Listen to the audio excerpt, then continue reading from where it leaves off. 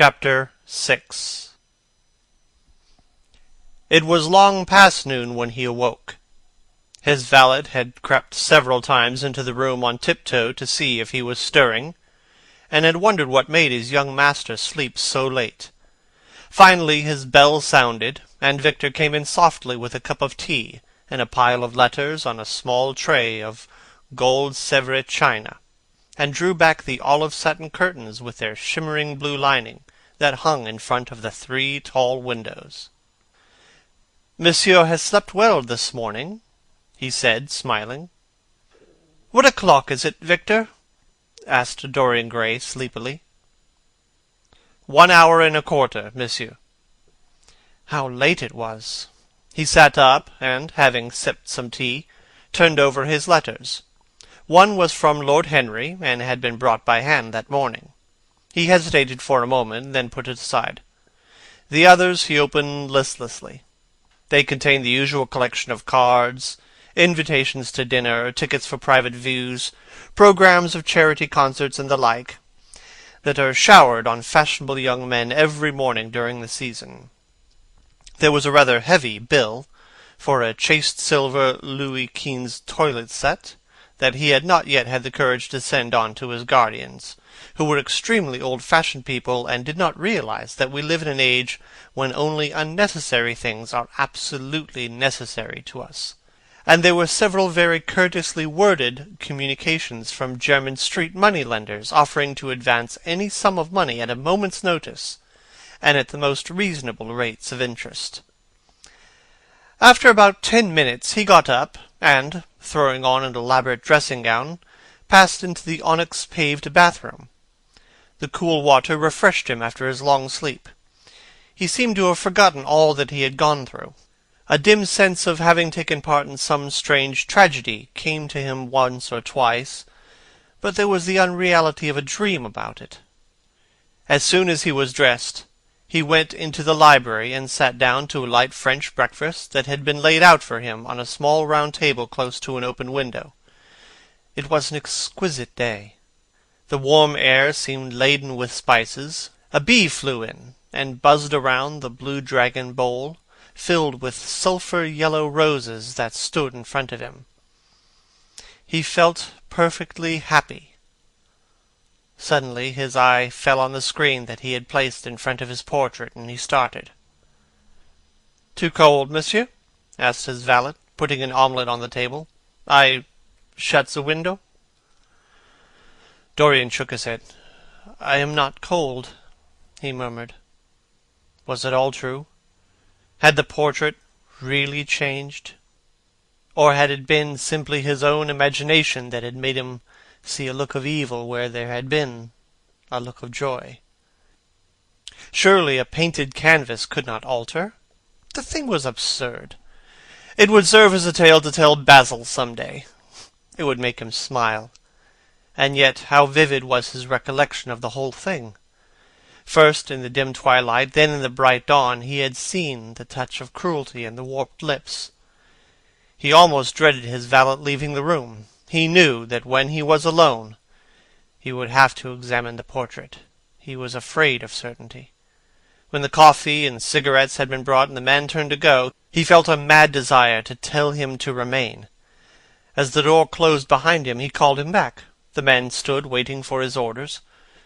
Dorian looked at him for a moment. "I am not home to anyone, Victor," he said with a sigh. The man bowed and retired.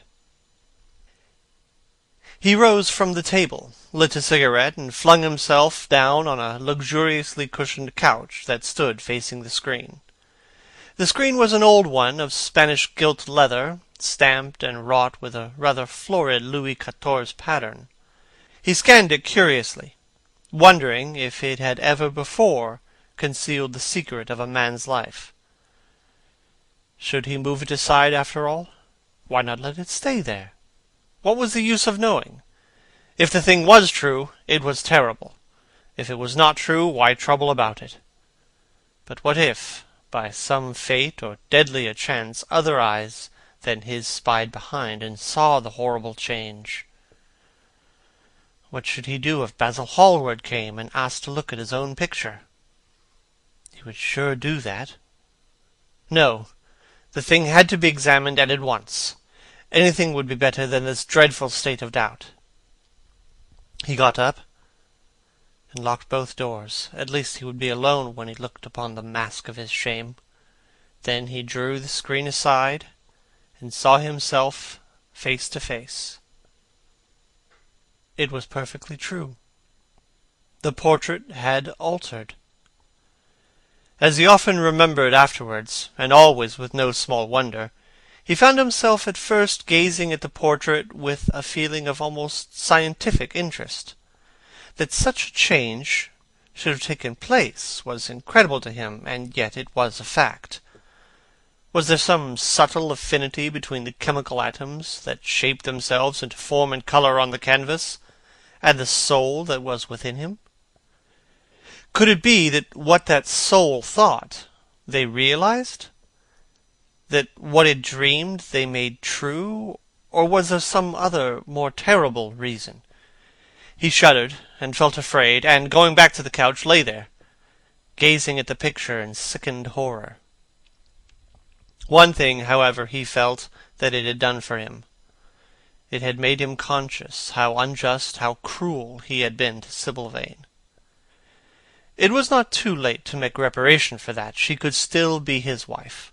His unreal and selfish love would yield to some higher influence, would be transformed into some nobler passion, and the portrait that Basil Hallward had painted of him would be a guide to him through life, would be to him what holiness was to some, and conscience was to others, and the fear of God to us all.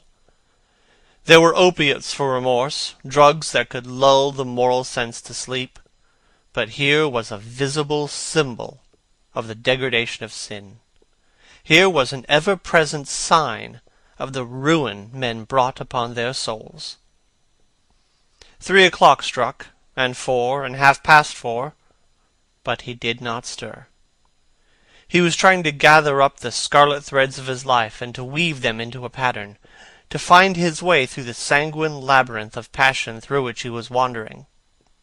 He did not know what to do, or what to think. Finally, he went over to the table and wrote a passionate letter to the girl he had loved, imploring her forgiveness, and accusing himself of madness. He covered page after page with wild words of sorrow and wilder words of pain. There is a luxury in self-reproach. When we blame ourselves, we feel that no one else has a right to blame us. It is the confession, not the priest, that gives us absolution. When Dorian Gray had finished the letter, he felt that he had been forgiven. Suddenly there came a knock to the door, and he heard Lord Henry's voice outside. "My dear Dorian, I must see you. Let me in at once. I can't bear you shutting yourself up like this." He made no answer at first, but remained quite still. The knocking still continued, and grew louder. Yes, it was better to let Lord Henry in, and to explain to him the new life he was going to lead, to quarrel with him if it had become necessary to quarrel, to part if parting was inevitable. He jumped up and drew the screen hastily across the picture and unlocked the door. "I am so sorry for it all, my dear boy," said Lord Henry, coming in, "but you must not think about it too much." "Do you mean Sibyl Vane?" asked Dorian. "Yes, of course," answered Henry, sinking into a chair and slowly pulling his gloves off. "It is dreadful, from one point of view, but it was not your fault. Tell me, did you go behind and see her after the play was over?" "Yes, I felt sure you had. Did you make a scene with her?" "I was brutal, Harry, perfectly brutal. But it is all right now. I am not sorry for anything that has happened. It has taught me to know myself better." "Oh, Dorian, I am so glad you take it in that way. I was afraid I would find you plunged in remorse and tearing your nice hair." "I've got through all that," said Dorian, shaking his head and smiling. "I am perfectly happy now. I know what conscience is, to begin with. It is not what you told me it was. It is the divinest thing in us. Oh, don't sneer at it, Harry, any more. At least not before me. I want to be good. I can't bear the idea of my soul being hideous. A very charming artistic basis for ethics, Dorian. I congratulate you on it. But how are you going to begin? By marrying Sybil Vane. Marrying Sybil Vane? Cried Lord Henry, standing up and looking at him in a perplexed amazement. But, my dear Dorian— Yes, Harry, I know what you are going to say. Something dreadful about marriage. Don't say it. Don't ever say things of that kind to me again. 2 days ago I asked Sybil to marry me. I am not going to break my word to her. She is to be my wife. Your wife? Dorian, didn't you get my letter? I wrote to you this morning, and sent the note down by my own man. Your letter? Oh, yes, I remember. I have not read it yet, Harry. I was afraid there might be something in it that I wouldn't like. Lord Henry walked across the room, and sitting down by Dorian, took both hands in his and held them tightly. Dorian, he said, my letter— Don't be frightened. My letter was to tell you that Sybil Vane is dead. A cry of pain rose from the lad's lips, and he leapt to his feet, tearing his hands away from Lord Henry's grasp. Dead? Sybil dead? It is not true. It is a horrible lie.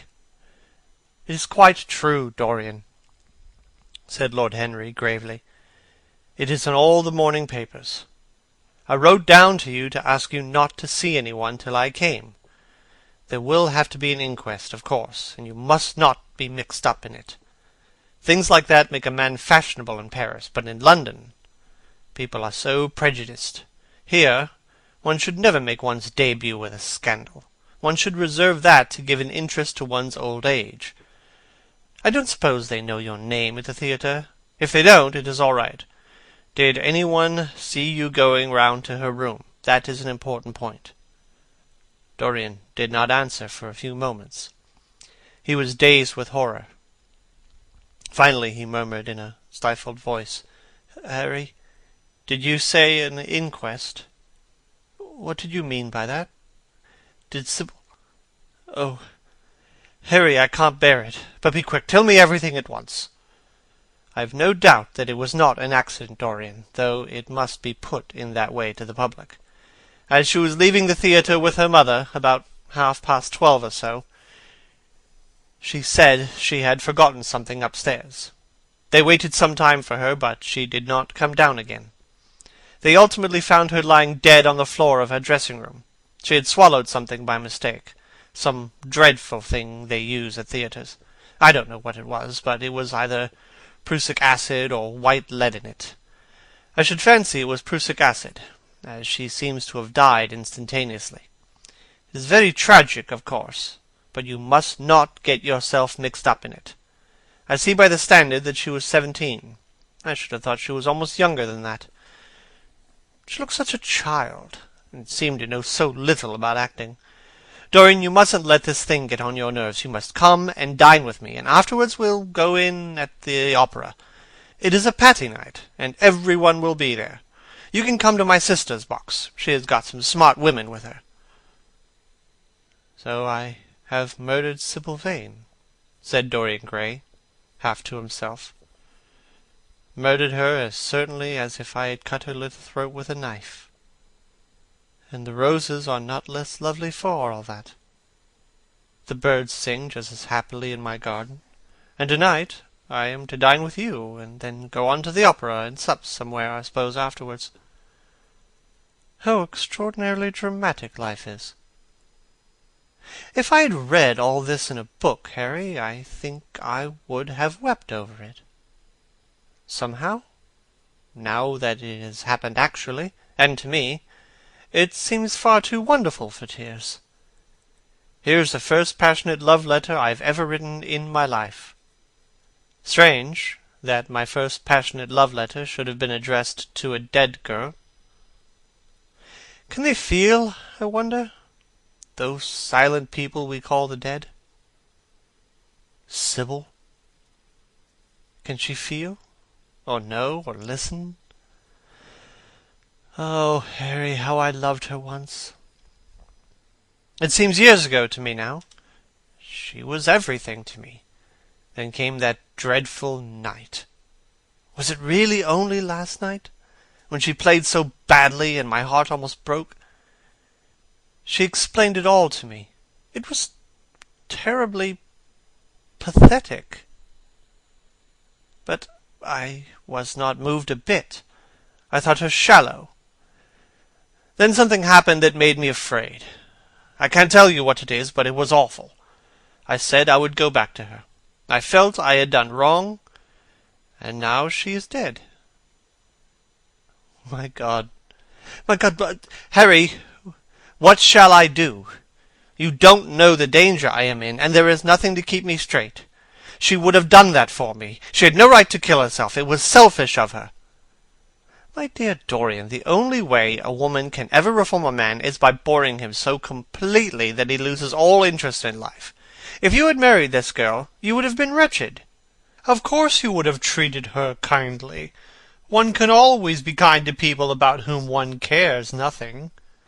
But she would have soon found out that you were absolutely indifferent to her, and when a woman finds that out about her husband, she either becomes dreadfully dowdy, or wears some very smart bonnets that some other woman's husband has to pay for. I say nothing about the social mistake, but I assure you that in any case the whole thing would have been an absolute failure. I suppose it would, muttered the lad, walking up and down the room, and looking horribly pale. But I thought it was my duty. It is not my fault that this terrible tragedy had prevented my doing what was right. I remember your saying once that there is a fatality about good resolutions, that they are always made too late. Mine certainly were. Good resolutions are simply a useless attempt to interfere with scientific laws. Their origin is pure vanity. Their result is absolutely nil. They give us, now and then, some of those luxurious, sterile emotions that have a certain charm for us. That is all that can be said for them. Harry, cried Dorian Gray, coming over and sitting down beside him, why is it that I cannot feel this tragedy as much as I want to? I don't think I am heartless, do you? You've done too many foolish things in your life to be entitled to give yourself that name, Dorian, answered Lord Henry, with his sweet melancholy smile. The lad frowned. I don't like that explanation, Harry, he rejoined, but I am glad you don't think I am heartless. I am nothing of that kind. I know I am not. And yet I must admit that this thing that has happened does not affect me as it should. It seems to me to be simply like a wonderful ending to a wonderful play. It is all the terrible beauty of a great tragedy, a tragedy in which I took part, but by which I have not been wounded. It is an interesting question, said Lord Henry, who found an exquisite pleasure in playing on the lad's unconscious egotism. An extremely interesting question. I fancy that the explanation is this. It often happens that the real tragedies of life occur in such an inartistic manner that they hurt us by their cruel violence, their absolute incoherence, their absurd want of meaning, their entire lack of style. They affect us just as vulgarity affects us. They give us an impression of sheer brute force, and we revolt against that. Sometimes, however, a tragedy that has artistic elements of beauty crosses over our lives. If these elements of beauty are real, the whole thing simply appeals to our sense of dramatic effect. Suddenly, we find that we are no longer the actors, but the spectators of the play. Or rather, we are both. We watch ourselves, and the mere wonder of the spectacle enthralls us. In the present case, what is it that has really happened? Someone has killed herself for love of you. I wish I had ever had such an experience. It would have made me in love with love for the rest of my life. The people who have adored me, there have not been very many, but there have been some, have always insisted on living on, long after I cease to care for them, or they to care for me. They become stout and tedious, and when I meet them they go in at once for reminiscences. That awful memory of woman. What a fearful thing it is, and what an utter intellectual stagnation it reveals. One should absorb the colour of life, but one should never remember its details. Details are always vulgar. Of course, now and then things linger. I once wore nothing but violets all through one season, as mourning for a romance that would not die. Ultimately, however, it did die. I forget what killed it. I think it was her proposing to sacrifice the whole world for me. That is always a dreadful moment. It fills one with the terror of eternity. Well, would you believe it, a week ago, at Lady Hampshire's, I found myself seated at dinner next the lady in question, and she insisted on going over the whole thing again, and digging up the past and raking up the future. I had buried my romance in a bed of poppies. She dragged it out again, and assured me that I had spoiled her life. I am bound to state that she ate an enormous dinner, so I did not feel any anxiety. But what a lack of taste she showed! The one charm of the past is that it is the past. But women never know when the curtain has fallen. They always want a sixth act, and as soon as the interest of the play is entirely over, they propose to continue it. If they were allowed to have their way, every comedy would have a tragic ending, and every tragedy would culminate in a farce. They are charmingly artificial, but they have no sense of art. You are more fortunate than I am. I assure you, Dorian, that not one of the women I have known would have done for me what Sibyl Vane did for you. Ordinary women always console themselves. Some of them do it by going in for sentimental colours. Never trust a woman who wears mauve, whatever her age may be, or a woman over 35 who is fond of pink ribbons. It always means they have a history. Others find a great consolation in suddenly discovering the good qualities of their husbands. They flaunt their conjugal felicity in one's face, as if it was the most fascinating of sins. Religion consoles some. Its mysteries have all the charm of a flirtation, a woman once told me. I can quite understand it. Besides, nothing makes one so vain as being told that one is a sinner. There is really no end to the consolations that women find in modern life. Indeed, I have not mentioned the most important one of all. What is that, Harry? Said Dorian listlessly. Oh, the obvious one. Taking someone else's admirer when one loses one's own. In good society, that always whitewashes a woman. But really, Dorian, how different Sibyl Vane must have been from all the women one meets. There is something to me quite beautiful about her death. I'm glad I'm living in a century when such wonders happen. They make one believe in the reality of the things that shallow, fashionable people play with, such as romance, passion, and love. I was terribly cruel to her, you forget that. I believe that women appreciate cruelty more than anything else. They have wonderfully primitive instincts. We have emancipated them, but they remain slaves looking for their masters all the same. They love being dominated. I am sure you were splendid. I've never seen you angry, but I can fancy how delightful you looked. And, after all, you said something to me the day before yesterday that seemed to me at the time to be mere fanciful, but that I see now was absolutely true, and it explains everything. What was that, Harry? You said to me that Sibyl Vane represented to you all the heroines of romance, that she was Desdemona one night and Ophelia the other, that if she died as Juliet, she came to life as Imogen. She will never come to life again now, murmured the lad, burying his face in his hands.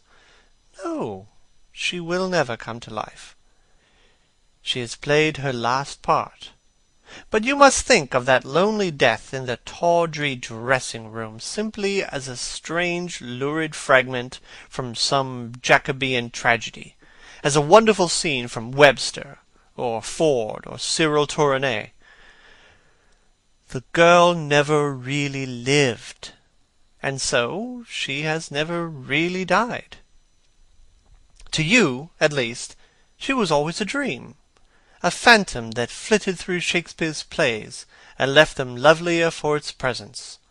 A reed through which Shakespeare's music sounded richer and more full of joy. The moment she touched actual life, she marred it, and it marred her, and so she passed away. Mourn for Ophelia, if you like. Put ashes on your head because Cordelia was strangled. Cry out against heaven because the daughter of Brabantio died. But don't waste your tears over Sibyl Vane. She was less real than they are. There was a silence. The evening darkened in the room. Noiselessly, and with silver feet, the shadows crept in from the garden. The colours faded warily out of things. At some time Dorian looked up. "You have explained to me myself, Harry," he murmured, with something of a sigh of relief. "I felt all that you have said, but somehow I was afraid of it, and I could not express it to myself. How well you know me! But we will not talk again of what has happened. It has been a marvellous experience, that is all. I wonder if life has still in store for me anything as marvellous. Life has everything in store for you, Dorian. There is nothing that you, with your extraordinary good looks, will not be able to do. But suppose, Harry, I become haggard, and grey, and wrinkled, what then?" "Ah, then," said Lord Henry, rising to go, "then, my dear Dorian, you would have to fight for your victories. As it is, they are brought to you. No, you must keep your good looks. We live in an age that reads too much to be wise, and thinks too much to be beautiful. We cannot spare you. And now you had better dress, and drive down to the club. We are rather late, as it is." "I think I shall join you at the opera, Harry. I feel too tired to eat anything. What is the number of your sister's box?" 27, I believe. "It is on the grand tier. You will see her name on the door. But I'm sorry you won't come and dine." "I don't feel up to it," said Dorian wearily. "But I am awfully obliged to you for all that you have said to me. You are certainly my best friend. No one has ever understood me as you have." "We are only at the beginning of our friendship, Dorian," answered Lord Henry, shaking him by the hand. "Good-bye. I shall see you before 9:30, I hope. Remember, Patty is singing." As he closed the door behind him, Dorian touched the bell, and in a few minutes Victor appeared with lamps and drew the blinds down. He waited impatiently for him to go.